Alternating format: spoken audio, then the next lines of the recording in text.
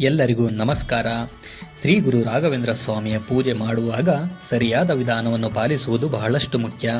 ಶ್ರೀ ಗುರು ರಾಘವೇಂದ್ರ ಸ್ವಾಮಿಯ ಪೂಜೆ ಮಾಡುವ ವಿಧಾನವು ಭಕ್ತಿಭಾವ, ಶ್ರದ್ಧೆ ಹಾಗೂ ಸರಳತೆಯೊಂದಿಗೆ ನೆರವೇರಿಸಬಹುದಾದುದು. ಮೊದಲು ಬೆಳಿಗ್ಗೆ ಅಥವಾ ಸಂಜೆ ಶುಭ ಸಮಯದಲ್ಲಿ ಸ್ನಾನ ಮಾಡಿ ಶುಚಿಯಾದ ವಸ್ತ್ರ ಧರಿಸಬೇಕು. ಮನೆಯ ಪೂಜೆ ಕೋಣೆಯನ್ನು ಸ್ವಚ್ಛಗೊಳಿಸಿ ಗುರು ರಾಘವೇಂದ್ರ ಸ್ವಾಮಿಯ ಫೋಟೋ ಅಥವಾ ವೃಂದಾವನದ ಚಿತ್ರವನ್ನು ಸ್ಥಾಪಿಸಬೇಕು. ಪೂಜೆಯನ್ನು ಪ್ರಾರಂಭಿಸುವ ಮುನ್ನ ಗಣಪತಿ ಸ್ಮರಣೆಯನ್ನು ಮಾಡುವುದು ಉತ್ತಮ. ಓಂ ಗಣನಾಥಾಯ ನಮಃ ಎಂದು ಜಪಿಸಿ ನಂತರ ದೀಪ ಬೆಳಗಿಸಬೇಕು. ದೀಪವು ಜ್ಞಾನ ಪ್ರಕಾಶದ ಸಂಕೇತವಾಗಿದೆ.